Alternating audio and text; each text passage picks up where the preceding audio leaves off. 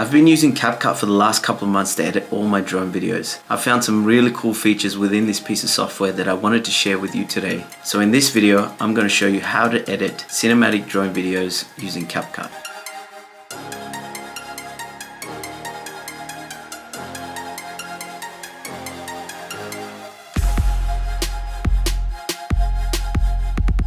First of all, what is CapCut?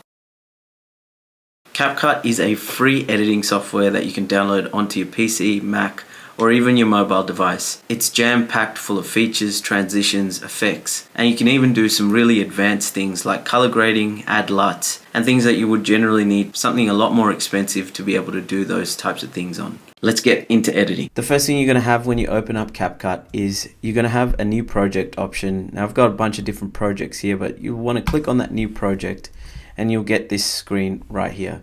Now I've already preloaded some assets into my project library, so I'm going to go ahead and open that up for you. And basically what you have here is a media library here to the left, and then you've got a ton of different features.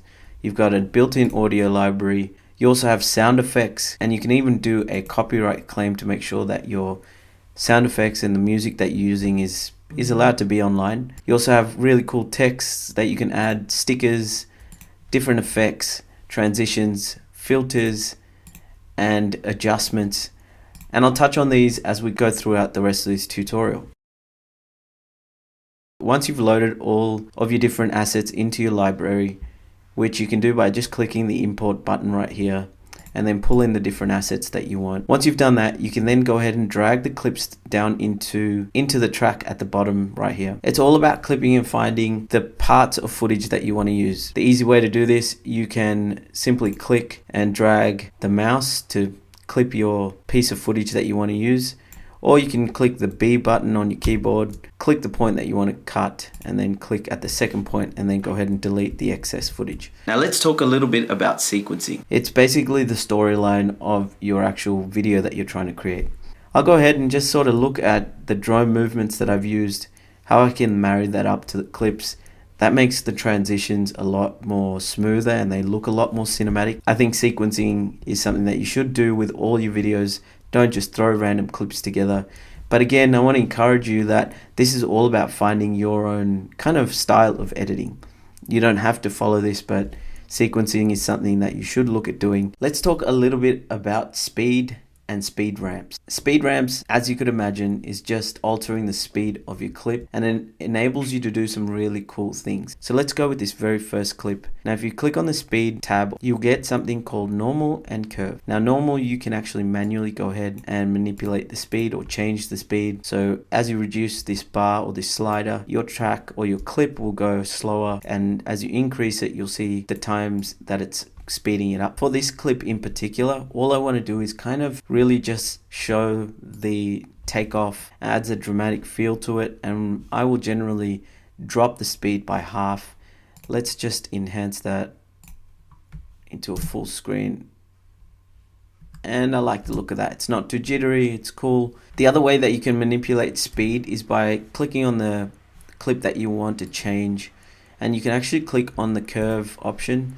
And when you do that, you click on customized. You can actually adjust at which point you want to adjust the speed. So let's say you want to add a speed ramp to a certain clip, and let's select this clip right here. You're going to grab these little sliders or these selection tools that are there. As you drag it down, it'll slow the clip down. As you drag it up, it'll do the opposite and go faster. Now there's an easy way to do this, which is why I love CapCut. If you're not into adjusting speed ramps manually and things like that, you can go back into curved and you can click montage, for example.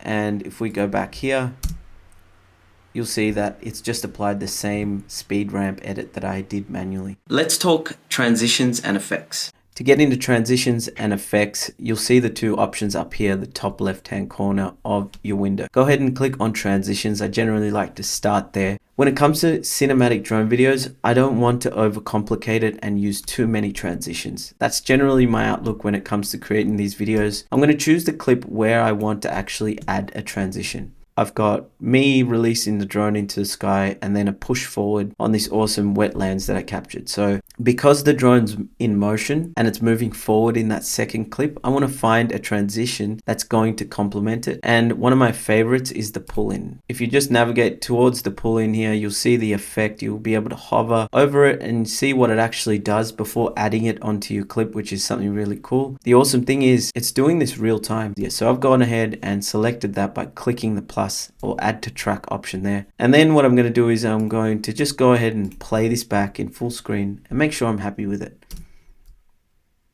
There's my speed or reduce speed, and there's the pull-in effect, and it looks awesome. I do like that a lot.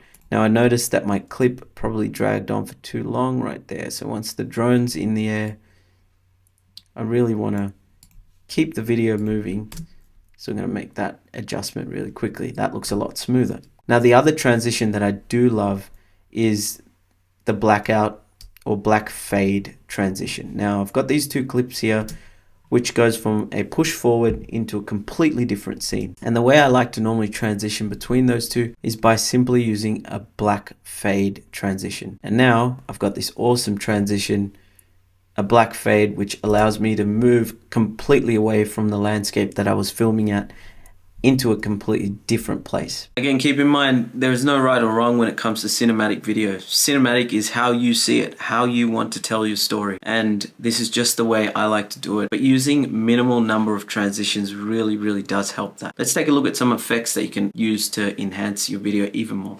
So you want to jump over to the effects tab over here, and you'll see yet again you've got tons of different effects that you can use. I don't really want to overcomplicate this. If you're starting your video or you want to adjust your very first clip, and that is your opening clip, you can scroll down in the effects tab and you get this option or this group of effects called opening and closing. It just makes it so easy. You can see what I mean by the ease of use when it comes to CapCut. Now I'm going to scroll down and I've got a whole bunch of different options I can choose. Now this is an opening clip of me releasing the drone into the sky. So one of my favorite ones to use is the horizontal open. It's quite a cinematic kind of reveal to what you're doing in your clip. So I'm going to go ahead and actually just add that in just like that. Now you can see you can adjust how long the effect runs for by simply zooming in and kind of just reducing the length of this effect. Now I'm going to go ahead and check out what that looks like. That looks really cool. Now you can start to see the video and the composition of your actual piece of footage is starting to look really professional and cinematic. The other one that I do really like is the camera focus and the halo blur. So I'm going to show you this camera focus effect, and you kind of don't want to have these effects overlapping or too quickly after or before a transition. So I'm just going to go ahead and place it here, and you can see what I mean by you can use these effects as transitions like this as well. So you can just place it between two clips and adjust the length of it, and now I've got kind of a different transition to the ones that you were seeing before. Or you could use it at the start of a new clip to show the camera kind of focusing in on where it's heading, and it kind of just gives that revealing feature mid video, and you know, it is a cool effect. So to recap on what we've done so far in this video, we've added assets into our library. We've gone ahead and cut them up and sort of chosen the clips that we want to use. We've sequenced them correctly, added some speed ramps, and or slowed down some of them. We've got some transitions and effects on our video to really enhance the look of it. Now it's about sound. Head over to the audio tab on the far left and you have music and sound effects. I'm going to start off by adding some sound effects, some really simple ones to kind of complement my video. Now when you expand on the sound effects tab, you will see a whole bunch of different categories you can choose from. All I'm looking for is something ambient, something to just make it feel like my drone's flying through the air. Sounds of nature, wind, anything that will kind of help that enhance the feel of the actual video that I'm creating. Now right at the top here I can see there's one called wind, so I'm going to test that one out. All you gotta do is click, and that sounds cool. So to add a sound effect, you navigate to the point where you want the sound effect to be added and you simply add that in. Now that'll add as a new audio track, so go ahead and clip that down to the length that you want, and then you're all done. You now have a sound effect added to your video. It's time to add some music. So I've already added a track onto this clip here, but the easy way to do it is head over to music, drop that down, and then you can go ahead and browse through all these different categories. Pay close attention to this part. Don't just slam a track onto your video and then, throw it out onto the internet. Pay close attention to the feeling that you want to invoke through your music and the sound effects you use. Now for me, I already have a bunch of favorites, which are basically cinematic favorites that I've created for myself just to make it easier to navigate to. And the one that I chose was this one right here. So I'm going to go ahead and delete it and reapply it just so you guys can see. So to test the sound, click on it. Yep, I'm happy with it. Add it to track. Once that's done, I'm going to go and clip that sound down to as far as I want by just hitting the blade tool, deleting away the excess music. And what you're going to have is this blend tool, which will just kind of fade out the music. So I'm going to fade it out once the last clip has ended, and it'll look something like this. Now the really cool part about this, just a finishing touch that I want to add on. Every great movie has the black bars on it, so that you don't have to apply the black bars to each clip individually. First select all your video clips, right click and create compound clip. That'll merge them all into one clip. Now be aware when you do this, you won't be able to make any changes to those individual clips anymore. If you want to do that, you have to right click, undo, compound click, and then when you click on your video, on the top right hand corner you'll have all these options come up under video. To add black bars in, I'm going to hit the mask and I'm going to choose the film strip. And when you click that, your whole video will now have the black bars. All you got to do then is drag the bars to the width and height you want. And now, once that's done, I have black bars across my entire video. And obviously there is a whole heap more to learn when it comes to CapCut, because there's a lot more that I want to show you guys, but I'll need to save that for a separate video. I hope you enjoyed this and take a look at what we just created.